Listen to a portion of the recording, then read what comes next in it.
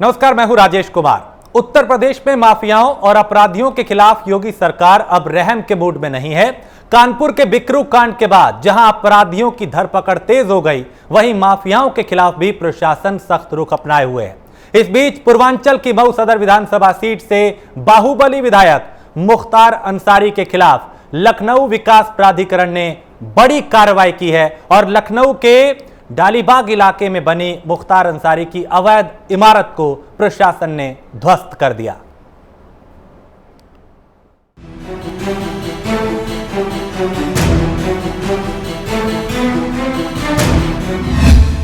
UP में बाहुबलियों और माफियाओं के खिलाफ लगातार कार्रवाई जारी। जमींदोज हुई मुख्तार अंसारी की 2 बिल्डिंग, कब्जा कर बनाई गई थी बिल्डिंग।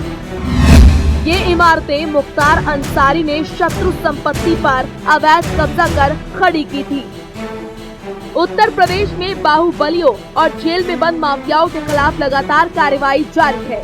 इसी क्रम में माफिया डॉन मुख्तार अंसारी की 2 अवैध रूप से कब्जा कर बनाई गई 2 मंजिला बिल्डिंगों को जमींदोज कर दिया गया। लखनऊ विकास प्राधिकरण यानी कि LDA द्वारा पुलिस के साथ मिलकर डालीबाग स्थित इन दोनों बिल्डिंगों को गिराने की कार्रवाई की गई। आपको बता दें कि मुख्तार अंसारी ने शत्रु संपत्ति पर अवैध कब्जा कर ये इमारतें खड़ी की थी। दरअसल मुख्तार अंसारी ने इन दोनों बिल्डिंगों को पहले अपनी मां राबिया के नाम पर ट्रांसफर करवाया, उसके बाद अपने दोनों बेटों के नाम पर ट्रांसफर करवा दिया। ये दोनों बिल्डिंग गलत तरीके से रजिस्ट्री कराई गई थी। ये शत्रु संपत्ति यानी कि 1956 से पहले पाकिस्तान गए लोगों की है। इस मामले में बार बार चेतावनी देने के बावजूद कोई कार्रवाई नहीं होने पर इन्हें ध्वस्त किया गया। ध्वस्तीकरण की कार्रवाई के बाद अब प्रशासन बिल्डिंग के तोड़ने का खर्चा, अब तक का किराया भी वसूलेगा। इस निर्माण के लिए जिम्मेदार रहे तत्कालीन अधिकारियों और कर्मचारियों के खिलाफ भी कार्रवाई होगी। मुख्तार अंसारी ने शत्रु संपत्ति पर अवैध रूप से कब्जा करने के बाद जमीन को दोनों बेटों अब्बास और उमर के नाम ट्रांसफर करा दिया था। इसके बाद इस जमीन पर 2 मंजिला इमारत बनी थी। LDA ने 11 अगस्त को ध्वस्तीकरण का आदेश जारी किया था, जिसके बाद आज गुरुवार को LDA 250 से ज्यादा अधिक पुलिसकर्मी और 20 से ज्यादा JCB मशीनें लेकर पहुंची थी।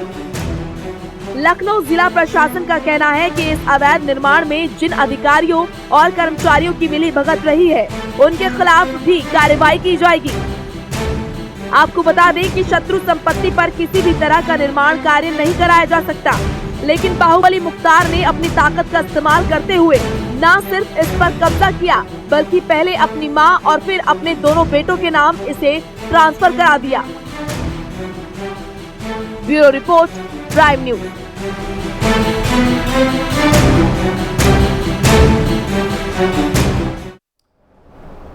तो मुख्यमंत्री योगी आदित्यनाथ लगातार हंटर चला रहे हैं और वो लोग जिन्होंने गलत तरीके से संपत्ति को अर्जित किया है, उनके खिलाफ पिछले कई दिनों से लगातार कार्रवाई की जा रही है। विकास दुबे के एनकाउंटर के बाद से कई ऐसे नाम जिनको चुना गया और जिन्हें चिन्हित करके लगातार उनके खिलाफ कार्रवाई की जा रही है। इस बीच पूर्वांचल की मऊ सदर विधानसभा सीट से बाहुबली विधायक मुख्तार अंसारी के खिलाफ लखनऊ विकास प्राधिकरण ने यह बड़ी कार्रवाई की है। इसको लेके मृत्युंजय कुमार ने ट्वीट किया, गैंगस्टर मुख्तार अंसारी की अवैध प्रॉपर्टी को आज यूपी पुलिस ने तोड़ दिया। तोड़फोड़ का सारा खर्च योगी सरकार गैंगस्टर से ही लेगी। अपराधी या तो अपराध छोड़ दे या फिर ऐसे और कड़े फैसले झेलने के लिए तैयार रहे। तो मुख्तार अंसारी के अवैध निर्माण पर प्रशासन का हंटर चला, पंजा चला, बुलडोजर चला। डालीबाग में अंसारी की 2 इमारतों पर बड़ी कार्रवाई हुई है और LDA टीम के साथ 250 पुलिसकर्मियों ने मोर्चा यहां पे संभाला। 20 JCB लगाकर दोनों इमारतों को ध्वस्त किया गया। इसके अलावा मुख्तार अंसारी के बेटों की अधिकारियों से झड़प भी हुई उसी वक्त। तो अंसारी पर शत्रु संपत्ति पर कब्जा कर इमारत बनाने का आरोप था। LDA ने 11 अगस्त को इमारत गिराने का आदेश दिया था। दोनों इमारतें मुख्तार अंसारी के बेटों के नाम पर दर्ज थी। मुख्तार अंसारी के अवैध निर्माण पर ये प्रशासन का बुलडोजर चला है। मुख्यमंत्री योगी आदित्यनाथ का हंटर ऐसे लोगों पे चल रहा है जिन्होंने डरा धमकाकर या गलत तरीके से संपत्ति को अर्ज किया, और चुन चुन के ऐसे लोगों के खिलाफ कार्रवाई की जा रही है। विकास दुबे एनकाउंटर के बाद, प्रकरण के बाद लगातार जो यहां का माहौल है वो बदला, और एक के बाद एक, चाहे अतीक अहमद हो, चाहे मुख्तार अंसारी हो, और ऐसे दूसरे बाहुबली नाम जिन्होंने डरा धमकाकर संपत्ति को अर्ज किया, गलत तरीके से संपत्ति अर्जित की, उनके खिलाफ कार्रवाई की जा रही है, चाहे वो जेल के भीतर हो या जेल के बाहर। कई एनकाउंटर हुए अपराधियों के, जिसमें कईयों को सलाखों के पीछे पहुंचाया गया, कईयों को ढेर किया गया, और ऐसे माफिया जो पिछले कई सालों से उत्तर प्रदेश में सक्रिय थे, उनके खिलाफ भी अब बड़ी कार्रवाई की जा रही है। तो एलडीए टीम के साथ 250 पुलिसकर्मियों ने मोर्चा संभाला और 20 जेसीबी लगाकर दोनों इमारतों को ध्वस्त किया गया। हमारे साथ चर्चा करने के लिए नवीन श्रीवास्तव है, भारतीय जनता पार्टी के प्रवक्ता, इसके अलावा शैलेंद्र तिवारी है, कांग्रेस प्रवक्ता, कीर्ति निधि पांडे है, समाजवादी पार्टी के प्रवक्ता, और विजय उपाध्याय हैं, वरिष्ठ पत्रकार हैं। आप चारों का बहुत स्वागत है। कीर्ति निधि पांडे, आप लोग लगातार सरकार पर हमलावर थे, सवाल उठा रहे थे कि सरकार ऐसे लोगों पे कार्रवाई क्यों नहीं कर रही। कई बार आपने नाम भी गिनवाए, जिसमें मुख्तार अंसारी का नाम भी शामिल था। आज जो कार्रवाई हुई है, क्या टिप्पणी करेंगे उस पर? देखिए राजेश जी, जो सवाल विपक्ष खड़ा कर रहा था, हाँ, वो सवाल ये था कि उत्तर प्रदेश में कानून व्यवस्था पूरी तरह ध्वस्त हो चुकी है। जहां तक मुख्तार अंसारी हो, चाहे अतीक अहमद हो, चाहे कोई बड़ा अपराधी हो, हाँ, तमाम अपराधियों की एक बड़ी सूची उत्तर प्रदेश के अंदर है। और उत्तर प्रदेश में जब भारतीय जनता पार्टी की सरकार बनी थी, योगी आदित्यनाथ जी उत्तर प्रदेश के मुख्यमंत्री बने थे, हाँ, तो उन्होंने कहा था कि या तो अपराधी उत्तर प्रदेश छोड़ दे, हाँ, या तो वो जेल में चला जाएगा या ऊपर चला जाएगा। लगातार प्रयास भी उन्होंने किया कि लगातार तमाम निर्दोष, तमाम अपराधियों का इनकाउंटर भी हुआ, हाँ, कई निर्दोषों का भी इनकाउंटर हो गया, हाँ, लेकिन आज भी कानून व्यवस्था पूरी तरह उत्तर प्रदेश की ध्वस्त है। लगातार उत्तर प्रदेश में हत्या, गोरखपुर से लेकर के गाजियाबाद, निर्दोषों का एनकाउंटर तो आप कहते हैं, नहीं, ये तो आप कहते हैं, लेकिन जो गुनाह करेगा सजा उसी के खिलाफ हो रही है, कार्रवाई उसी के खिलाफ हो रही है। ये वो नाम नहीं है, नहीं, नहीं, ये 2-2.5 साल 3 साल में नहीं बने, ये 10-15 सालों से लगातार सक्रिय थे। आप लोगों की सरकारें रही हैं, उसमें ये लोग फलते फूलते रहे। हाँ राजेश जी, अगर आपको याद हो, हाँ, तो आजमगढ़ के अंदर राजभर लड़के का इनकाउंटर हुआ था, जिसके ऊपर एक भी मुकदमे नहीं दर्ज है, पूरी तरह निर्दोष है, और इन्हीं के सरकार के मंत्री ओम प्रकाश राजभर जी ने उस पर सवाल खड़ा किया था। मेरठ के अंदर दो नाम, एक नाम के 2 व्यक्ति थे, एक अपराधी था, एक शरीफ था।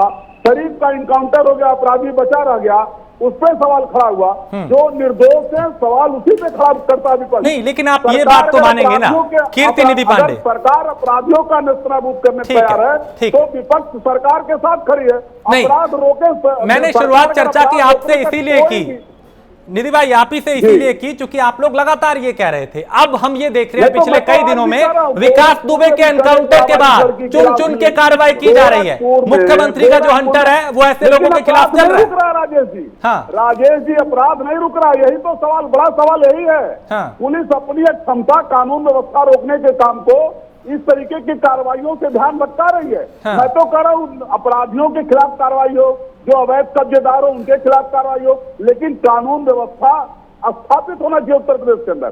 लगातार गोरखपुर में हत्याएं हो रही है, लगातार 3-4 दिनों से हत्याएं हो रही हैं। गाजिया गोरखपुर से लेकर के जिन अभी पत्रकार बलिया के अंदर एक पत्रकार की हत्या हो गई, लगातार हत्याएं हो रही हैं। जो लोग सवाल खड़ा कर रहे हैं पत्रकार सरकार पर, उनके खिलाफ मुकदमे दर्ज हो रहे हैं। यही तो मैं कह रहा हूं। नवीन श्रीवास्तव, ये समाजवादी पार्टी का कहना है कि ध्यान भटकाने के लिए, चूंकि कानून व्यवस्था ध्वस्त है, उससे ध्यान हटाने के लिए ये कार्रवाई की गई है। आप इन्हें जवाब दीजिए। राजेश जी, देखिए, अपराध और समाजवादी पार्टी के बीच वही रिश्ता रहा जिसको भी मैं कहना नहीं चाहूंगा, चोली दामन का रिश्ता रहा। जब अपराधियों के खिलाफ कार्रवाई होती है तो समाजवादी पार्टी इसी प्रकार के आरोप लगाती है। 2017 में उत्तर प्रदेश में जब भारतीय जनता पार्टी की सरकार योगी आदित्यनाथ जी के नेतृत्व में बनी, तो कानून व्यवस्था हमारी सर्वोच्च प्राथमिकता थी। हाँ, अपराध हुए, इससे कोई इनकार नहीं है, लेकिन अपराधों के बाद पुलिस कितनी प्रभावशाली कार्रवाई करती है, क्या एक बहुत महत्वपूर्ण चीज होती है। आपने कहा था उत्तर प्रदेश में भ्रष्टाचार, आज सुन लीजिए, पीड़ित है भाई, आप लोग के रिश्तेदारों के खिलाफ कार्रवाई हो रही, क्या इतना पीड़ितों के चिल्ला रहे हैं? शांति से सुनिए, रिश्तेदारों के खिलाफ नहीं कार्रवाई हो रही है, आप अपराध बढ़ रहा है नवीन जी, इतना मत घबराइए, बढ़ रहा है। और जहाँ अरे मेरे भाई सुन तो लो, मंत्री आते हैं गोरखपुर से, आप लोग की बेचैनी बढ़ जाती है, सत्ता से दूर रहना, आपके संरक्षण में फले फूले अपराधियों से आप लोग की बेचैनी बढ़ जाती है, आप लोग का ब्लड प्रेशर हाई हो जाता है, आप लोग अनर्गल प्रलाप करने लगते हैं। जरा गंभीरता से सुन, अनर्गल प्रलाप तो आप कर रहे हैं। पांडे जी सुन लीजिए जरा, अनर्गल आपकी प्रलाप बेचैनी बता रही है कि अपराधियों के खिलाफ कार्रवाई हो रही, तो आप लोग कितने बेचैन है वो दिख रहा है, चैनल पर आप लोग देख रहे होंगे। अरे आपने अपना विषय कहा, मुझको कहने दीजिए, अरे कहने दीजिए ना मुझको, आपने कह दिया ना, थोड़ा गंभीरता सुनिए। राजेश जी, 2017 में उत्तर प्रदेश की विधानसभा में हम एक बिल लाए जिसका नाम था यूपी कोका। हाँ। उसमें दो प्रमुख चीजें थी कि संगठित अपराधियों के खिलाफ मुकदमा उसी तरह चलाया जाए जिस प्रकार से सर्वोच्च न्यायालय के निर्देश पर सांसद और विधायकों के खिलाफ स्पेशल कोर्ट में ट्रायल होते हैं ताकि स्ट्रिक्ट ट्रायल हो। और जो दूसरा प्रावधान था वह प्रावधान था कि जो सफेद पोश अपराधी हैं, जो वर्षों से जेलों में बंद है, जिला पंचायत सदस्य, विधायक, सांसद बने हुए हैं, हाँ। वह अपने आर्थिक साम्राज्य के दम पर जो जेलों में रहते हुए अपना वर्चस्व बनाए, उसको तोड़ने के लिए उनकी संपत्ति को जब्त करना। लेकिन दुर्भाग्य है, जो लोग कानून व्यवस्था की बात कर रहे हैं, विधान परिषद में उनका बहुमत था, वहां उन्होंने बिल गिरा दिया, कोई बात नहीं। लेकिन सरकार लगातार इस दिशा में काम कर रही है। मैं आपको बताना चाहूंगा, सिर्फ इस वर्ष में 300 करोड़ से अधिक रुपए की संपत्ति गाजीपुर से गाजियाबाद तक, चाहे वो मुख्तार अंसारी हो, चाहे अतीक हो, चाहे सर सुंदर भाटी हो, इनके करीबी लोगों की जब्त की गई। सैकड़ों की संख्या में इनके परिवार और इनके गुर्गों के नाम पे जो लाइसेंसी हथियार बने थे, वो हमने जब्त करने का काम किया। आज लखनऊ में मुख्तार अंसारी के बेटों के नाम पे जो अवैध संपत्ति कब्जा करके उन्होंने मकान बनाया था, उसके खिलाफ हमने कार्रवाई की।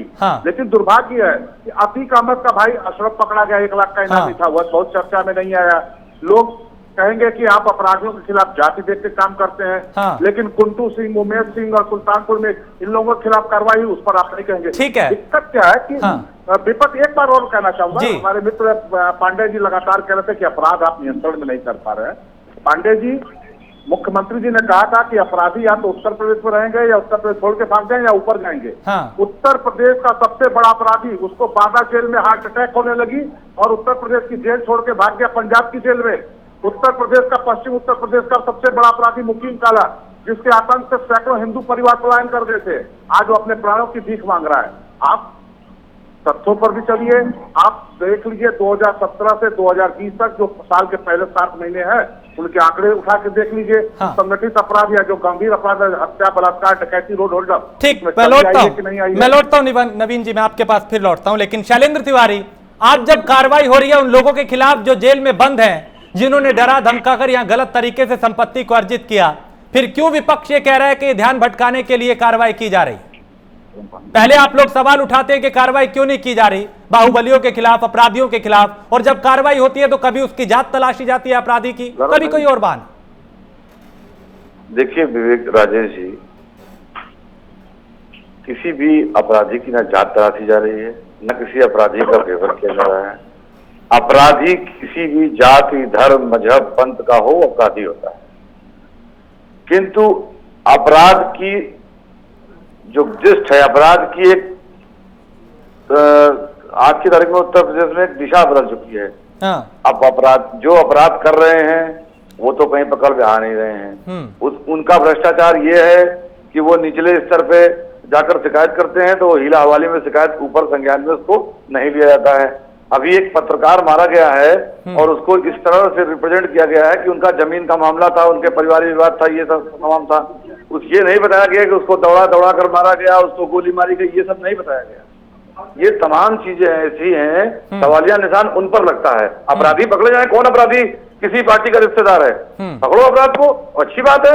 यूपी कोका लगाओ, मकोका लगाओ, जो मर्जी लगाओ, लेकिन अपराध के चक्कर में किसी नेता को मारो या किसी ने अपनी राजनीतिक व्यवस्था जो है आप उस पर साधो, ये गलत है, ये उचित नहीं है। अब आप आइए, 10 दिन की शादी में वो महिला अभी तक जेल में है। 10 साल का अबोध बालक आत्मसमर्पण की मुद्रा में खड़ा करके उसकी फोटो वायरल की जाती है, इसको आप किस संज्ञा में लेंगे? क्या कहेंगे इसको आप? इसको आप कैसे देखते हैं? अगर आपको ये देखना हो, आप इस पे बोलेंगे तो कैसे बोलेंगे? क्या कहेंगे आप इस पे जातिवाद लगाएंगे, आप इस पे जो है कुंठावाद लगाएंगे, आप इस पे पार्टीवाद देंगे, क्या कहेंगे आप? लेकिन शैलेंद्र तिवारी, जिन्होंने पिछले कई सालों में एक साम्राज्य खड़ा किया, जिसकी सरकार है उसकी नजदीकियां उसके साथ बढ़ाई, उनके साथ साठगांठ करके अपना गुंडाराज चलाया, आज अगर उनके खिलाफ कार्रवाई हो रही है तो कहीं ना कहीं सरकार की तारीफ तो आप लोगों को भी करनी चाहिए ना, कि हाँ आप लोग करिए, हम आपके साथ हैं। यहाँ भी खामियां तलाशी जाएंगी, क्योंकि जो बात आप आज उठा रहे हैं मैं लगातार उस पर चर्चा कर रहा हूँ, सवाल भी पूछ रहा हूं। एक बार सुन लीजिए, ये विपक्ष का काम नहीं है कि उनके क्या, हम जो काम बता रहे हैं हमारा काम है, आप उस पे, हम जिस पे नजर दिखा रहे हैं आप उस पे देखिए। आप अपनी राजनीतिक जो है वैमनस्यता, राजनीतिक दुश्मनियां निकालिए, हमें कोई इससे फर्क नहीं पड़ता है। आप अपराधियों को बंद करिए, हमें उससे कोई फर्क नहीं पड़ता। लेकिन आप अपराध के आड़ में जो है अपने राजनीतिक विरोधियों को राजनीतिक जो है निशाना बना करके काम करें, ये मुझे लगता है कि उचित नहीं है। और पार्टी का प्रचार करना हो सकता है किसी न्यूज चैनल का काम हो जाए, किसी पार्टी के विपक्ष के नेताओं का ये काम नहीं है। विजय उपाध्याय, आज जो कार्रवाई हुई है, इससे पहले भी हमने कई बड़े नामों के खिलाफ मुख्यमंत्री का हंटर चलते हुए देखा है। यह माना जाए कि एक नजीर पेश करने की कोशिश की जा रही है कि अगर गलत किया तो बख्शा नहीं जाएगा, और जिन्होंने अब तक गलत किया हुआ है, चाहे वो जेल में है या जेल से बाहर, उनके खिलाफ भी कार्रवाई हो रही है। कार्रवाई है और मुझे लगता है कि बदल रहा है सही मायनों में, और एक बड़ा बदलाव है कि जब अपराधी की संपत्ति जब्त की जा रही है, उसकी अवैध संपत्तियों को गिराया जा रहा है। अब लगे हाथ जिन अधिकारियों ने ऐसे टावर बनने दिए, उनके खिलाफ भी कार्रवाई हो जाए तो मुझे लगता है कि थोड़ा सा समानता आएगी और लोग एक आगे का मैसेज जाएगा कि कभी इस तरह की गलत निर्माण अगर कहीं हो रहे हैं तो उसके लिए संबंधित। इसके अलावा आप देखिए कि मुख्तार अंसारी का जो सबसे बड़ा कांड है वो कृष्णानंद राय हत्याकांड। कृष्णानंद राय हत्याकांड में पूरे सभी आरोपी बरी हो गए, और इसी एसटीएफ के रहते, इसी पुलिस के रहते अभियोजन को तरीके से लोगों ने किया नहीं, गवाहों को सुरक्षा लोग दे नहीं पाए। और अगर उस समय की सरकारों ने इनके ऊपर राजनीतिक दबाव डाला तो कोई अधिकारी स्टैंड क्यों नहीं लिया? क्या अधिकारी सरकार का मुंह देखकर कानून पालन कराएंगे? ये भी एक बड़ा सवाल है, क्योंकि सरकारें अगर कहीं गलत करती हैं तो वहाँ भी अधिकारी कानून के हिसाब से काम करना चाहिए। इस जो नया माहौल है ये निश्चित तौर पे स्वागत योग्य है, और निश्चित तौर पे कोई भी अपराधी है, अगर उसने माफिया शब्द ही इतना व्यापक है ना कि उसमें सारी चीजें समा के जो आगे बढ़ने की कोशिश करता है, राजनीति का भी संरक्षण लेता है, राजनीतिक संरक्षण देता भी है, अपराध भी करता है, तो वो माफिया कहलाता है। ऐसे माफियाओं पे सख्त कार्रवाई निश्चित तौर पे होनी चाहिए। और के माध्यम से विजय जी, आपकी थोड़ी आवाज में दिक्कत आ रही है, मैं आपके पास दोबारा आता हूं सर, आपकी आवाज अभी ठीक से दर्शकों तक पहुंच नहीं पा रही। लेकिन मैं जो समझ पाया हूं वो सवाल मेरा भी था नवीन श्रीवास्तव आप ही से, कि जो अधिकारी या कर्मचारी उस वक्त थे जब ये इमारतें खड़ी की जा रही थी, क्या उनके खिलाफ भी कार्रवाई होगी? निश्चित रूप से आज इस प्रकार के आदेश दिए गए हैं, किन अधिकारियों के कार्यकाल में, किन अधिकारियों के संरक्षण से इस प्रकार के अवैध कब्जे हुए, इतनी बड़ी बड़ी आलिशान कोठियां खड़ी हो गई। और मैं बताना चाहूंगा राजेश जी कि सिर्फ ये तो अभी नमूना है, ये तो सिर्फ अभी झांकी है, आगे बहुत कुछ बाकी है। लखनऊ में इतनी अवैध संपत्ति इन लोगों ने इकट्ठा कर रखी है जो सरकार की निगाह में है। देखिए आने वाले समय में भी उस पर कार्रवाई होगी। मैं विपक्ष के अपने मित्रों की बात सुन रहा था, बहुत अच्छी बात इन लोगों ने कही कि सरकार अपराधियों के खिलाफ कार्रवाई करे, हमें कोई आपत्ति नहीं है, लेकिन बायस हो के ना हो। अब चूंकि विपक्ष है तो कुछ उनको कहना है कि अपराध ज्यादा हो रहे हैं, एक पत्रकार की हत्या हुई, क्या हुई था, तो ठीक है, विपक्ष का काम है सरकार को सामने विषयों को रखना। लेकिन एक चीज है राजेश जी कि देखिए, हम भी इस बात को स्वीकार करते हैं कि अपराध हुए हैं, अपराधियों के खिलाफ हमने कितनी प्रभावशाली कार्रवाई की, यह ज्यादा महत्वपूर्ण होता है। किसी भी सरकार में कोई भी सरकार 100% अपराध को खत्म नहीं कर सकती है, लेकिन भविष्य में अपराध न हो इसके लिए बहुत बड़ी जिम्मेदारी होती है कि अपराधियों के खिलाफ कार्रवाई और उसके बाद उनका प्रोसिक्यूशन। अभी विजय उपाध्याय साहब कृष्णानंद राय भाजपा के जो विधायक जिनकी हत्या की चर्चा कर रहे थे, मुझको नहीं लगता है कि नक्सल क्षेत्रों में या आतंकवादियों के क्षेत्रों को छोड़ के कहीं देश में इतनी AK-47 एक साथ चली हो, जहाँ 400 राउंड फायर हुए हों, 7 भाजपा के कार्यकर्ता विधायक शहीद हुए। लेकिन क्या हुआ साहब, सबको क्लीन चिट मिल गई। कारण क्या था? सरकारें पक्ष की थी, दिखाने के लिए जेल तो उनको भेजा गया, लेकिन सारी सुविधाएं थी, उनके पास व्यवस्था थी कि जो गवाह के आई विटनेस थे उनको डरा के, धमका के, प्रलोभन दे के कुछ की हत्याएं हो गई। और प्रोसिक्यूशन को इतना कमजोर किया गया कि जिस चीज को पूरी दुनिया जानती है, वह लोग 7 लोगों की हत्या के केस में सारे लोग बरी हो गए, मतलब 7 लोगों की हत्या ही नहीं हुई। तो ये सरकारों का पहले जो परसेप्शन था कि ठीक है बंद तो कर दिए, लेकिन प्रोसिक्यूशन में ऐसा दे दो कि उनको छूट मिल जाए, जेलों में उनको सुविधाएं दे दो।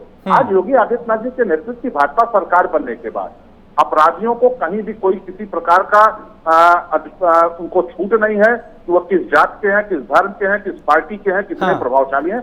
आपने अपराध किया है तो हमने कार्रवाई की है। अक्सर विपक्ष बात करता है कुलदीप सिंह सेंगर की, अभी कानपुर संजीत की।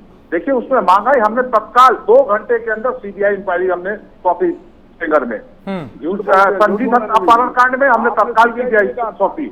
और हम किसी को भी बख्शने के उसमें नहीं है।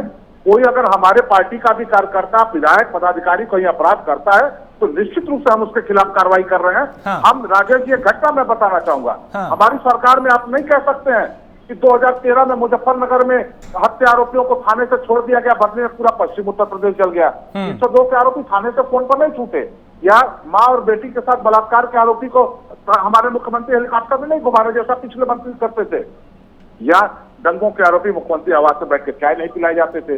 आज के तारीख में अपराध किसी ने किया, अपराध हुए हैं, अपराध किया तो हमने उसके खिलाफ सख्त कार्रवाई की है, हमने किसी प्रकार की छूट नहीं दी। कीर्ति निधि पांडे, अगर अपराध हो रहा है तो अपराधियों के खिलाफ कार्रवाई भी हो रही है। पिछले कुछ दिनों में आपने देखा होगा विकास दुबे के एनकाउंटर के बाद से ही लगातार सरकार प्रशासन का जो रणनीति है उसमें बदलाव देखा गया। हमने कई एनकाउंटर देखे, कई बदमाश ढेर हुए, कईयों को सलाखों के पीछे किया, कई बाहुबलियों के खिलाफ कार्रवाई हुई। आप ये तो मानेंगे कि मंशा साफ है अपराध पे लगाम लगाना, हालांकि कई घटनाएं हुई हैं जिससे कानून व्यवस्था पे भी सवाल उठे। राजेश जी, आप बड़े न्यूज चैनल के एंकर हैं, आपके पास भी तमाम आंकड़े होंगे। आप अगर उन आंकड़ों पे ध्यान देंगे तो उत्तर प्रदेश के अंदर 2017 में जब से योगी आदित्यनाथ जी की सरकार बनी है, तब से अपराध के आंकड़ों पे ध्यान देंगे तो अपराध लगातार बढ़ रहा है। इनकाउंटर हो, अपराधियों के खिलाफ कार्रवाई हो, अपराधी मारे जाएं, सरकार उनके साथ खड़ी है। लेकिन अगर किसी के साथ इनजस्टिस होगा, अन्याय होगा, तो विपक्ष उसके साथ खड़ा जिसके साथ अन्याय होगा। मैं डिक्रू कांड पे भी बहुत स्पष्ट रूप से आपके चैनल पे भी कहा था, विकास दुबे मारा गया, कोई बात नहीं, अपराधी था, अपराधी का मारा जाना तय था। लेकिन जिस नाबालिग लड़के का इनकाउंटर हुआ वो निर्दोष था, उसके लिए विपक्ष खड़ा रहेगा। जिस अमर दुबे की पत्नी 2 दिन शादी पहले आई थी, 2 दिन बाद उसको षड्यंत्रकारी बता करके निर्दोष खुशी दुबे को जेल भेज दिया गया, जिसको वहां के एसएसपी ने भी स्वीकार किया यहाँ गलती हुई, तो उसके साथ समाजवादी पार्टी खड़ी रहेगी। जिस राजभर लड़के के साथ अन्यायपूर्वक आजमगढ़ के अंदर इनकाउंटर कर दिया गया, उसके साथ समाजवादी पार्टी, जहां अन्याय होगा समाजवादी पार्टी उसके साथ खड़ेगी। और जो नवीन जी कह रहे हैं कि लगातार अपराध पे कंट्रोल हुआ, अपराध पे कंट्रोल हुआ, अपराध लगातार बढ़े हैं। मुख्यमंत्री के शहर में पिछले 4 दिनों से लगातार हत्याएं हो रही हैं, और लखनऊ के अंदर जिस तरीके से दिन दहाड़े हत्या हुई, जिस तरीके से प्रतापगढ़, बलिया के अंदर एक पत्रकार, कितने आसानी से नवीन जी ने कह दिया, जिसका घर उजड़ गया, जिसकी पत्नी विधवा हो गई, एक आसान लफ्जों में इन्होंने कह दिया कि एक पत्रकार की हत्या हो गई। पत्रकार की हत्या हो गई, इसके लिए जिम्मेदार कौन है? सरकार जिम्मेदार है। जिनका परिवार उजड़ रहा, जो बच्चे अनाथ हो रहे हैं, जो महिलाएं विधवाएं हो रही, उसके लिए जिम्मेदार उत्तर प्रदेश की भारतीय जनता पार्टी की सरकार है। इसके खिलाफ समाजवादी पार्टी उन पीड़ितों के साथ खड़ी रहेगी, ठीक है, और लगातार उनके लिए न्याय की मांग करेगी। नवीन जी आपको जवाब दे रहे हैं। नवीन श्रीवास्तव, देखिए कीर्ति निधि जी जहाँ के रहने वाले हैं वह क्षेत्र अपराधियों की और अपराधियों की मानसिकता और संस्कृति को बहुत अच्छी तरीके से जानते होंगे। उनके गोरखपुर में, जहाँ का मैं रहने वाला गाजीपुर में, क्या कीर्ति निधि जी बहुत सारे ऐसे लोग जानते होंगे। गोरखपुर के योगी आदित्यनाथ जी भी हैं नवीन जी।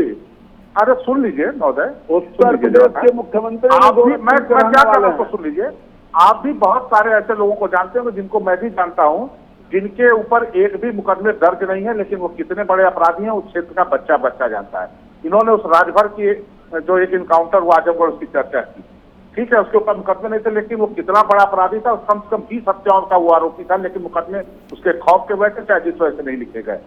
विकास जिस अभी बात की आपने भिकरू कांड में कि एक नाबालिग को पुलिस ने एनकाउंटर कर दिया, तो क्या नाबालिग होने का मतलब है कि आप 7 पुलिस वालों के ऊपर गोली चला के उनकी हत्या कर दें, उनको शहीद कर दें?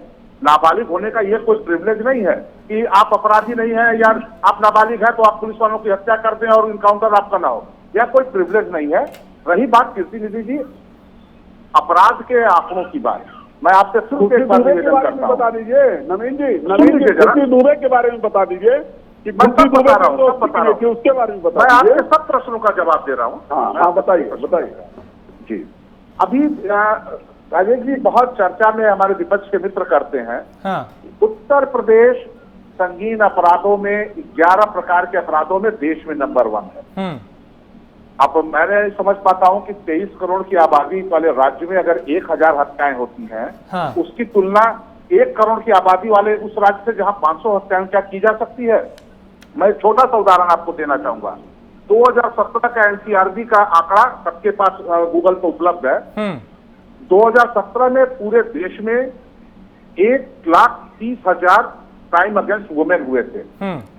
उत्तर प्रदेश में 19,000 हुए थे। हाँ। उत्तर प्रदेश की आबादी है 23 करोड़, मध्य प्रदेश की आबादी है 10 करोड़, वहां हुए थे 17,000। महाराष्ट्र की आबादी है 9 करोड़, वहां हुए थे 16,000। हाँ। देखिए अपराध हुए, बड़ा राज्य है, अपराध हुए, इसको हम नहीं कर रहे हैं, लेकिन आप अगर आबादी के हिसाब से अनुपात देखें तो उत्तर प्रदेश कहीं बहुत नीचे है, लेकिन लगातार जिसको जिस प्रकार से कहा जाता है कि उत्तर प्रदेश अपराध में नंबर 1। हाँ। आप संख्या बल तो आप कह सकते हैं कि हाँ अपराध अधिक हुए हैं, लेकिन आबादी के हिसाब से अनुपात 23 करोड़ की आबादी के राज्य की 1 करोड़ की आबादी के राज्य आप तुलना नहीं कर सकते हैं। अपराध हुए हैं, मैं इसको स्वीकार कर रहा हूं। उसमें कुछ में पुलिस अधिकारी कर्मचारियों के कर्तव्य निर्वहन में शिथिलता रही, लापरवाही रही, उनके खिलाफ भी कार्रवाई की। हमने कई आईपीएस अफसरों को सस्पेंड किया, कई पुलिस वालों को निलंबित करके उनके खिलाफ मुकदमा रख करके जेल किया। और एक बात बता दूं, 500 के करीब राजेश जी, 500 से करीब डिप्टी एसपी से लगाए सिपाही स्तर तक के जो अधिकारी कर्मचारी हैं जो इस प्रकार के जिनके सीआर खराब थे, कैरेक्टर रोल खराब थे, हमने जब उनको अनिवार्य सेवानिवृत्ति दी तब भी विपक्ष ने कहा कि साहब आप नौकरी नहीं दे रहे हैं, लोगों को जबरदस्त नौकरी से हटा रहे हैं। तो हम वह सारे काम कर रहे हैं जिसके कारण कानून व्यवस्था, न्याय व्यवस्था अच्छी हो। ठीक है, विपक्ष का कोई सकारात्मक सुझाव आएगा। विजय उपाध्याय, जब सरकार बनी थी भारतीय जनता पार्टी की, ठीक है सर लौटता हूं मैं, विजय जी जब सरकार बनी थी तो मुख्यमंत्री ने कहा था कि अपराधी या तो अपराध छोड़ दें या फिर उत्तर प्रदेश छोड़ दें। अब जिस तरह की कार्रवाई हो रही है, क्या ये वही मंशा है मुख्यमंत्री की, वही एक विचार है, वही एक विजन है, उसी के तहत कार्रवाई की जा रही है? मुझे लगता है निश्चित तौर पर उसी के तहत कार्रवाई की जा रही है। दरअसल कानपुर की घटना ने स्टिमुलेट का काम किया है और कानपुर घटना ने की वजह से ही तेजी आई है और सही समय से तेजी आई है। जितने भी बड़े माफिया हैं उनकी संपत्ति जब्त होनी चाहिए, उसके खिलाफ कार्रवाई होनी चाहिए और उनके मकान गिराए जाने चाहिए, सारी कार्रवाई होनी चाहिए। इसमें कहीं से भी कोई किसी के साथ कॉम्प्रोमाइज नहीं होना चाहिए। हाँ। मुझे लगता है कि सरकार सही रास्ते पे है। हाँ। और जितने भी लोग इस तरह के हैं, माफिया हैं या फिर क्रिमिनल हैं, क्योंकि क्रिमिनल किसी का सगा नहीं है। हो सकता है चुनाव जीतने में किसी पार्टी की मदद कर दे या किसी पार्टी के एक सीट बढ़ा देकर वो पार्टी उस क्रिमिनल को टिकट देती है तो शायद उस पार्टी को फायदा होगा, लेकिन अंततः तो पार्टी को नुकसान होता है क्योंकि वो उसको पार्टी के भीतर भी जमाएगा और पूरी गुंडाई पार्टी के भीतर भी करेगा, अपने आपराधिक वर्चस्व को वहां भी दबदबे से कायम करेगा। आप देखिए कि इसीलिए अपराधी बार बार पार्टी बदलते रहते हैं और पार्टी चक्कर में उनको टिकट देती है कि शायद वो जीत के आ जाएंगे, क्योंकि जनता भी डरती है। कितना भी हो, कोई किसी क्रिमिनल से हमारे यहाँ ऐसा माहौल है, कोई किसी क्रिमिनल से झगड़ा नहीं बोल लेना चाहता, तो लोग दबाव में रहते हैं और वोट देते रहते हैं और यही ताकत जो है अपराधियों का मनोबल बढ़ाती है। अगर सरकार कानून के तहत उस पर सख्ती से कार्रवाई कर रही है तो बहुत ही ठीक काम है और मुझे लगता है बदलते उत्तर प्रदेश में और जो एक नया माहौल बन रहा है, इस माहौल के बिल्कुल अनुकूल है। इसमें अपोजिशन को भी किंतु परंतु छोड़कर और ये सब कहने के बजाय कि पहचान के कार्रवाई की जा रही है, उन्हें कार्रवाई में मदद करनी चाहिए, क्योंकि इससे उस पार्टी को भी फायदा होगा जब उसके अपने लोग वहां चुनाव लड़ने जाएंगे। तो ये बहुत ही अच्छा निर्णय है और योगी जी ने जो शुरुआत की थी 2017 में, ये उसका और विस्तारीकरण हो रहा है। चाहे पश्चिम के क्रिमिनल हो, माफिया हो, चाहे पूरब के क्रिमिनल और माफिया हो, मैं तो कहता हूँ जेलों में भी इसको रखें भी तो इनके खिलाफ अभियोजन की कार्रवाई तेजी से कराएं। हाँ। और इनको सजा दिलाएं, क्योंकि सजा दिला के ही सही रास्ते से इनको समाज से सफाया इनका हो सकता है। हाँ। हत्या करके आप कैसे बरी हो सकते हैं? हाँ। अगर हत्या करके कोई बरी होता है तो पूरी सरकार पर सवाल होता है, संविधान पे सवाल होता है, जनता का भरोसा लोकतंत्र में खत्म होता है कि हत्याएं हो रही है, लोग छूट रहे हैं, न्यायपालिका पे भरोसा खत्म होता है।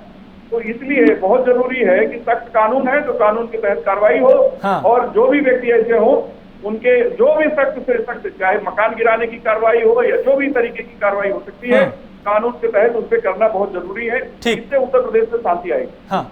कीर्ति निधि पांडे, आप लोग लगातार ये सवाल उठा रहे थे, आप कानून व्यवस्था को भी सवाल उठाते रहे हैं, आप अतीक अहमद और मुख्तार अंसारी और दूसरे बाहुबलियों के नाम भी गिनवाते रहे हैं, लेकिन आपको लगता है सरकार लगातार काम करके उन्हीं मुद्दों पे काम करके जो आप लोग उठा रहे थे, आपकी कहीं ना कहीं मुद्दा विहीन कर रही है? और ये आपके लिए आप समझ पा रहे हैं, क्योंकि आप इन्हीं नामों को गिनवाते हैं हर दफा, किसी भी डिबेट में जब भी मैं सवाल पूछा हूं, कई बार आपसे भी हुआ, अब उन्हीं नामों के खिलाफ कार्रवाई की जा रही है, तो एक संदेश साफ है कि जिसने गलत किया है उसे बख्शा नहीं जाएगा।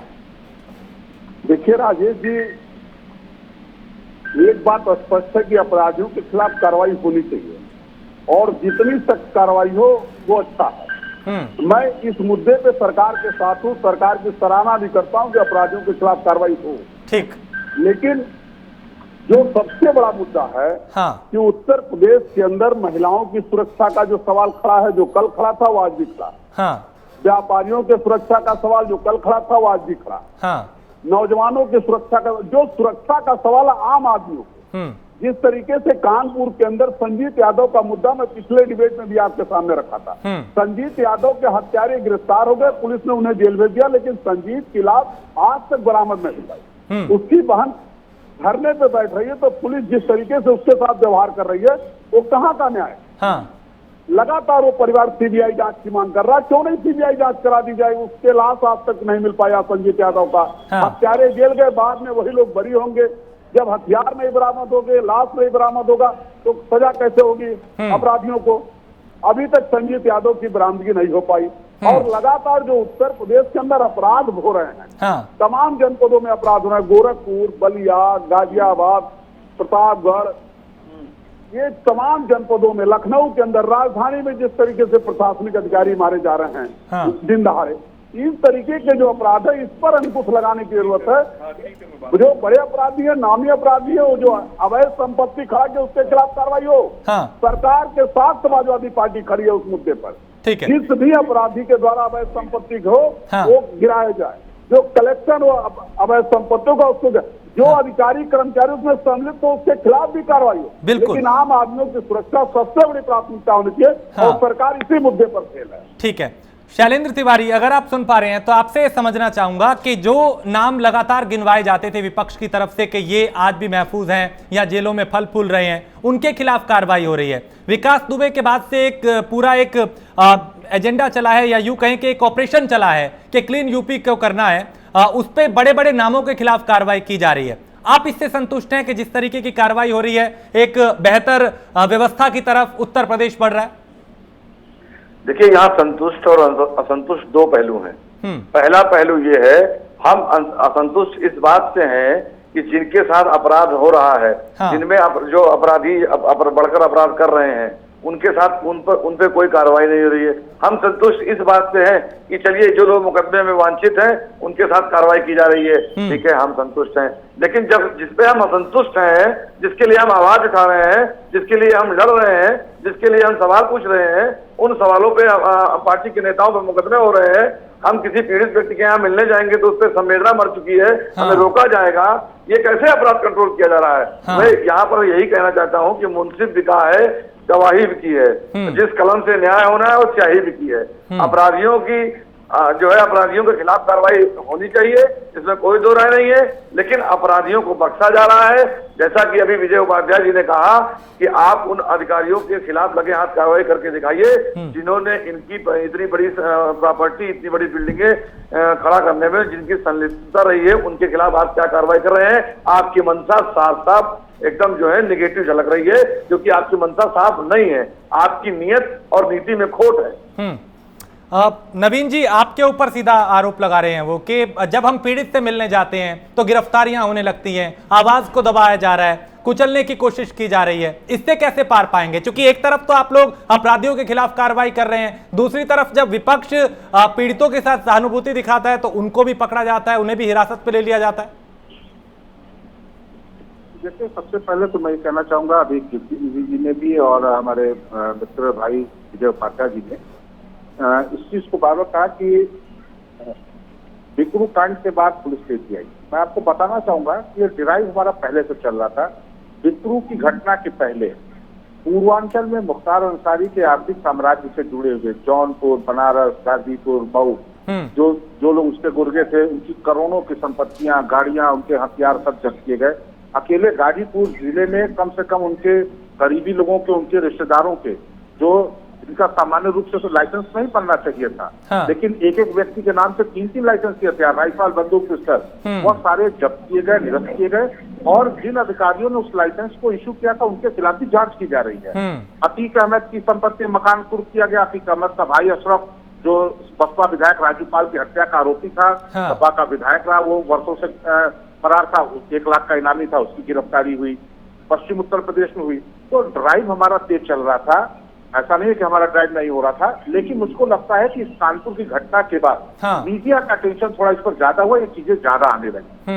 रही बात जो हमारे कांग्रेस के मित्र कह रहे थे कि अधिकारियों के खिलाफ कार्रवाई होनी चाहिए, निश्चित रूप से जिन अपराधियों ने संरक्षण दिया, आप देखिए कानपुर की घटना में ही जिन अपराधियों की जिन अधिकारियों की संलिप्तता सामने आई, उसमें से 2 गिरफ्तार करके जेल भेजे गए, और कुछ बड़े अधिकारियों की जिनकी लापरवाही है, चाहे उसकी जानबूझ के है, चाहे जो भी है, वो चूंकि सर्वोच्च न्यायालय की देखरेख में जांच होगी, तब तक हम इंतजार कर रहे हैं ताकि उनके खिलाफ भी कार्रवाई हो।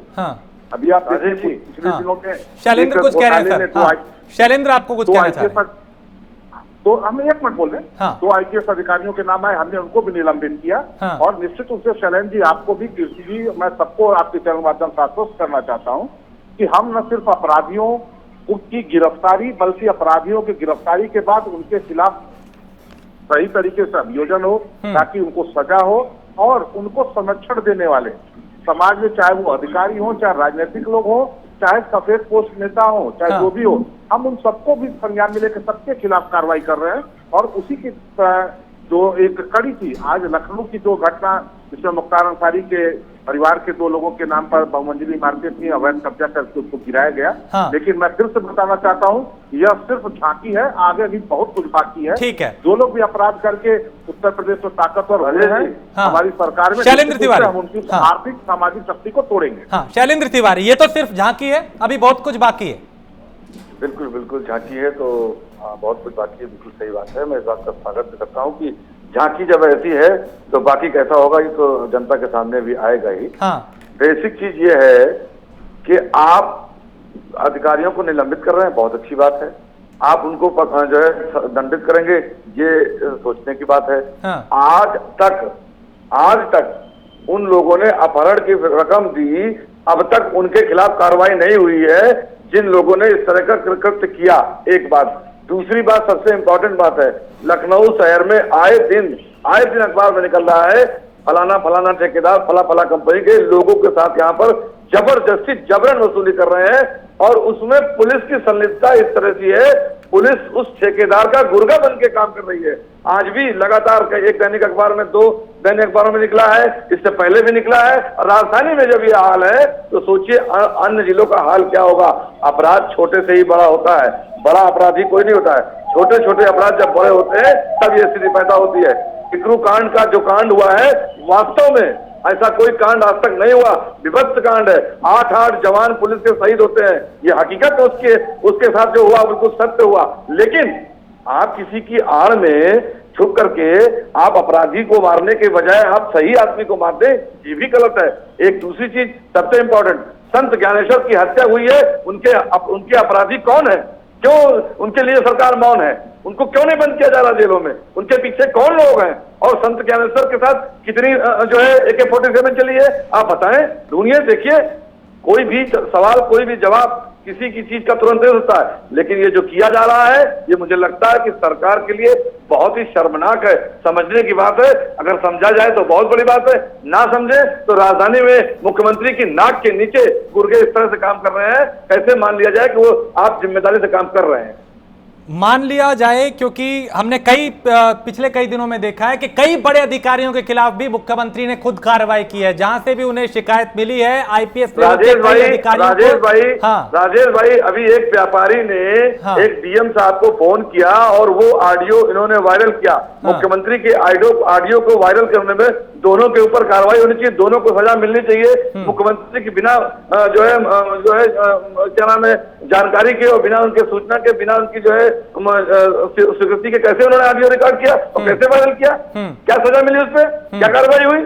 छोटी छोटी बातें मैं बता रहा हूँ आपको। इस तरह के तमाम लोग जो है अपराध में संलिप्त है, ये अपराध है और ये अपराध कब बड़े हो जाएंगे पता नहीं चलता है। ठीक है, कीर्तिनिधि पांडे, ये वो नाम जो आज जिनके खिलाफ कार्रवाई हो रही है, ये 2-3 साल में नहीं बने हैं, ये पिछले कई सालों से जिसकी सरकार रही उसी के करीबी बनके ये अपना जो गुंडा राज है वो चलाते रहे थे। आज भारतीय जनता पार्टी की सरकार है, जब अपराध होता है तब भी हम सवाल पूछते हैं कि आखिर कैसे हुआ, जब कार्रवाई होती है तब भी कहते हैं कि देखिए साहब जिन्होंने गलत किया था उनके खिलाफ कार्रवाई हुई है। तो आप ये मानेंगे कि आप लोगों की भी सरकारें यहां पे रही हैं, आप लोगों ने क्यों नहीं इतने बड़े कदम उठाए ऐसे लोगों के खिलाफ जो कई सालों से फल फूल रहे हैं? देखिए राजेश जी, समाजवादी पार्टी की सरकार में भी अपराधियों के खिलाफ कार्रवाई होती रही है और जहां तक नवीन जी तमाम अपराधियों बता रहे थे, अभी इन्हीं के पार्टी के एक विधायक हैं सुल्तानपुर से लंबुआ के, और उन्होंने एक सूची जारी किया था अपने लेटर पैड पे, बाद में जिसको उन्होंने इनकार कर दिया कि सूची मैंने नहीं जारी किया, लेकिन एक जाति विशेष के अपराधियों की सूची, एक लंबी सूची जारी थी, उस पर भी सरकार को अपना नियत स्पष्ट करना चाहिए कि वो लोग अपराधी हैं कि नहीं है, उनके खिलाफ कार्रवाई होगी कि नहीं होगी। ये भी उत्तर प्रदेश के मुख्यमंत्री को और नवीन जी को स्पष्ट करना चाहिए कि उस जाति विशेष के लोगों के खिलाफ कार्रवाई कब होगी। क्या वो लोग अपराधी नहीं है जिसका उस सूची में नाम था? लगभग 20 लोगों की उस सूची में नाम था। नहीं, आप लोग जात पात के इर्द गिर्द क्यों घूमते हैं? कीर्तिनिधि पांडे, जब विकास दुबे का एनकाउंटर हुआ था तब भी, उसके बाद भी लगातार ब्राह्मणों पे अत्याचार हो रहा है। क्या आप लोग जनता का मूड समझ पा रहे हैं उत्तर प्रदेश की? क्या जनता का मूड क्या है उसे भाप पा रहे हैं, या फिर आप उसे पिच पे खेल रहे हैं जिसपे भारतीय जनता पार्टी खिलाना चाह रहे हैं? राजेश जी आप सुनिए, आप सरकार की वकालत मत करिए, मैं आपसे पूछ रहा हूँ। नहीं, यहाँ पे डिबेट पे होते हैं, जब अपराध होता है तब सवाल भी हम पूछते हैं। मैं आपसे पूछ रहा हूँ, जो आपके इनके पार्टी के विधायक ने सूची जारी किया था एक जाति विशेष के अपराधियों की, उनके खिलाफ आज तक क्या कार्रवाई हुई? सरकार ने कौन सी कार्रवाई किया उन अपराधियों के खिलाफ? या तो सरकार यही स्पष्ट कर दे कि ये लोग अपराधी नहीं है। वो विधायक की सूची जारी किए नहीं जारी किए सेकेंडरी है, लेकिन जो सूची में नाम थे वो लोग उत्तर प्रदेश में अपराधी हैं कि नहीं है, उनके खिलाफ आपराधिक मुकदमे दर्ज है कि नहीं है, उनके खिलाफ कौन सी कार्रवाई आज तक सरकार ने किया? और नहीं किया तो क्यों नहीं किया? नवीन श्रीवास्तव, सरकार को इस पर भी अपनी आप ही जवाब दीजिए। कीर्तिनिधि पांडे का आप ही जवाब दीजिए। देखिए, कीर्तिनिधि जी एक विधायक के पत्र को लेकर जिस पर चर्चा कर रहे हैं, विधायक ने पिटीशन किया कि फर्जी पत्र था, वाकई फर्जी पत्र था, और उसमें जो नाम दिए थे उसमें एक चुलबुल सिंह जी का था, जो का स्वर्गवास हो चुका है, जो है नहीं। बहुत सारे अपराधी हैं उसमें, अपराधियों के खिलाफ न्याय, उसमें बहुत सारे लोग जेलों में बंद हैं, उनके खिलाफ जो न्यायिक प्रक्रिया वो न्यायिक प्रक्रिया भी हो रही है और न्यायिक प्रक्रिया पूरी हो रही है। न्यायिक प्रक्रिया पर भरोसा रखिए, न्यायपालिका पर भरोसा रखिए, सरकार को जो। और दुर्भाग्य यह है कि राजेश जी कि जो लोग आज तक आतंकवादियों का धर्म नहीं खोज पाए, वो विकास दुबे में अपराध के समय में अपराधियों का धर्म खोजने लगे, कोई परशुराम जी की मूर्ति बनवाने लगे, कृष्ण जी की मूर्ति बनवा रहे थे, परशुराम जी की मूर्ति बनवाने लगे, और वो लोग अरे दूसरे के खिलाफ कार्रवाई आप लोग अपराधियों में नहीं देख सकते हैं। आप लोगों ने सरकार ने तो शहीदों की शहादत में हिंदू मुसलमान किया है। आप देखिए 2 सिखों की हत्या हुई आपकी सरकार में, जियाउल हक और एक मुस्तफा द्विवेदी, जियाउल हक की बात करें 50 लाख और 2 नौकरी, और द्विवेदी जी की पत्नी को 1 करोड़ का मकान दिया और 20 लाख रुपए। आप तो अपराधी छोड़िए, शहीदों की शहादत को भी आप हिंदू मुसलमान करते रहे। ये आपकी आदत है। और कहा क्या जाए, कावड़ कंधे को हर तरफ हरियाली नजर आती है। जो सरकारें जाति देख के अपराधियों की काम कर रही है, उनको कार्रवाई कर रही है। लेकिन आपको उमेश सिंह, भारतीय जनता पार्टी का यही चरित्र है। सोनू सिंह, कुंटू सिंह और उमेश सिंह आपको नहीं दिखेंगे अपराधी, लेकिन दुर्भाग्य है कि जो लोग सारे हिंदू मुसलमान करते रहे उनके खिलाफ रमेश सिंह काका आपको नहीं दिखेंगे, उन लोगों के खिलाफ आपको रमेश सिंह काका नहीं दिखेंगे। मैं तो पूछ रहा हूँ, अपराधियों को तो छोड़ दीजिए, आपको सिद्ध कर चुके हैं कि अपराधियों की जान देख के आप कार्रवाई करते थे। जब शहीदों की शहादत तो आप हिंदू मुसलमान करते रहे हैं, जब आप अपराधियों आतंकवादियों की जांच नहीं छोड़ पाए, आतंकवादियों को कोर्ट से छोड़ने के लिए आपकी सरकार अदालतों से मुकदमे हटाने के लिए अब आप अपराधियों की जांच छोड़ने के लिए करेंगे, दूसरे जाति अब आप लगवाने लगे, कभी कृष्ण की मूर्ति लगवाने लगेंगे। क्या उत्तर प्रदेश की जनता ने आप और पूरे विपक्ष की ये जो जाति धर्म पंथ मजहब तुष्टीकरण की राजनीति है, इसको चाहे 2014 हो चाहे 2017 हो चाहे 2019 उसमें खारिज कर दिया है। आप अगर सकारात्मक विपक्ष की भूमिका निभाना चाहते हैं, जनता से जुड़िए। कारण क्या है कि आप लोग जनाधार भी हो चुके हैं, मुद्दा भी हो चुके हैं, जाति की राजनीति खत्म होने के बाद आपके पास कुछ बचा नहीं है, इसलिए आपके नेता सुबह उठ के ट्वीट कर देंगे और आप लोग चैनल में बैठ के आंकड़े गिना देंगे, लेकिन प्रश्नों का जवाब आप नहीं देंगे। आप अपराधियों की जांच खोज लेंगे, आप शहीदों की शहादत को मुसलमान कर लेंगे। ये तो आपकी पार्टी की संस्कृति है और आपके साथ दुर्भाग्य है कि आपको वही है, कोई कावल करने को हर जगह हरियाली दिखती है, तो आप लोग को वही दिखेगा। विजय उपाध्याय, क्या विपक्ष अब भी मूड नहीं भाप पा रहा उत्तर प्रदेश की जनता का? और क्या जब अपराधियों की जाति देखी जाती है, जब जात पात की बात की जाती है, जब मूर्तियों की बात की जाती है, जब कहा जाता है कि हम दूसरी पार्टी से बड़ी मूर्ति लगाएंगे, क्या इनका असर उत्तर प्रदेश की जनता पे होगा, या फिर अब भी जो विपक्ष है वो प्रदेश का मूड नहीं भाप पा रहा? हिंदी माध्यम का हो तो ये है कि एक नैरेटिव उत्तर प्रदेश में लंबे समय से था कि सिर्फ मुकदमे दर्ज होने से कोई अपराधी नहीं हो जाता, और लगातार यही बात कही गई कि मुकदमे राजनीतिक दर्ज होते, चाहे वो हत्या के हों या डकैती के हों या सामूहिक हत्या के हों। हाँ। और जब तक किसी को सजा नहीं मिल जाती तब तक उसे अपराधी नहीं मान सकते। उसे हम चुनाव में टिकट देंगे, उसे मंत्री भी बना देंगे, उसे अपनी पार्टी का पदाधिकारी भी बना देंगे। तो ये नैरेटिव अब टूट गया है, और इस बात को विपक्ष को भी समझना पड़ेगा कि कोई व्यक्ति लगातार उसके खिलाफ मुकदमे हो रहे हैं तो निश्चित तौर पे वो अपराधी है। सिर्फ इसलिए आप उसको टिकट देके या इसलिए उसे आप प्रोत्साहित करें कि उसे अपनी सजा नहीं मिली है और सजा आप होने नहीं देंगे क्योंकि अभियोजन को आप कमजोर कर देंगे। तो ये जो मनोवृत्ति रही है राजनीति का, जो ये नैरेटिव रहा है, ये नैरेटिव बदल गया है। उत्तर प्रदेश बहुत बड़े बदलाव के दौर से गुजर रहा है। यहाँ जाति भी गौड़ है, और समझना चाहिए विपक्ष को कि 2014, 2017, 2019 में जाति के आधार पर चुनाव नहीं हुए हैं। क्योंकि अगर जातियों के आधार पर चुनाव होते तो समीकरण और आना चाहिए था। विपक्ष को अपना सॉफ्टवेयर अपडेट करना चाहिए, विपक्ष को नए तरीके से सोचना पड़ेगा, एक नए राजनीतिक कॉन्सेप्ट के साथ पब्लिक के बीच आना पड़ेगा, और अपराधियों को ये कह के बिल्कुल वो क्लीन चिट न दें कि उन्हें सजा नहीं मिली है इसलिए अपराधी नहीं है। ये हम बहुत लंबे समय से ये नैरेटिव सुन रहे हैं कि अपराधी तब तक अपराधी नहीं जब तक सजा न मिल जाए। हालांकि सुप्रीम कोर्ट कहता है कि आप एफिडेविट दीजिए चुनाव के समय में। एफिडेविट देते थे, और एक दौर ये भी था कि मुकदमे छिपा लिए जाते थे, और कई बार इसीलिए सुप्रीम कोर्ट ने एमपी एमएलए की अलग कोर्ट बनाई है कि अगर पॉलिटिकल मुकदमे इनके खिलाफ हैं तो जल्दी जल्दी निस्तारित हो जाए, और जेन्युइन मुकदमे जितने अपराधी इन्होंने जो अपराध किए हैं उनके जो मुकदमे हैं उनमें इनको सजा मिले। लेकिन वहां भी बचने के रास्ते टूटे जा रहे हैं। तो अब नैरेटिव चेंज हो गया है। अब जिस व्यक्ति के खिलाफ लगातार मुकदमे दर्ज हो रहे हैं, लगातार वो छूट रहा है, तो छूट इसलिए रहा क्यों? अभियोजन कमजोर है, अधिकारी मिले हुए हैं, उनके गवाहों को धमकाया जाता है, राजनीतिक ताकत से उनको मजबूर किया जाता है कि आप गवाही मत दीजिए। तो अब इन चीजों पर उत्तर प्रदेश कंप्रोमाइज करने को तैयार नहीं है। ठीक है, इस बात को सभी राजनीतिक दलों को समझना चाहिए। कीर्ति निधि पांडे, क्या आप समझ पा रहे हैं, क्योंकि सरकार ने तो एक संदेश दे दिया कि जो गलत कर रहा है उसके खिलाफ कार्रवाई की जा रही है, कई बड़े नाम भी उन्होंने गिनवा दिए और उनके खिलाफ कार्रवाई हुई है, जनता सब देख रही है। क्या आप अब भी प्रदेश का मूड भाप पा रहे हैं कि बुनियादी मुद्दे क्या है और किस पे सरकार को घेरा जाए? राजेश जी, सभी बुनियादी मुद्दों पे समाजवादी पार्टी लड़ रही है।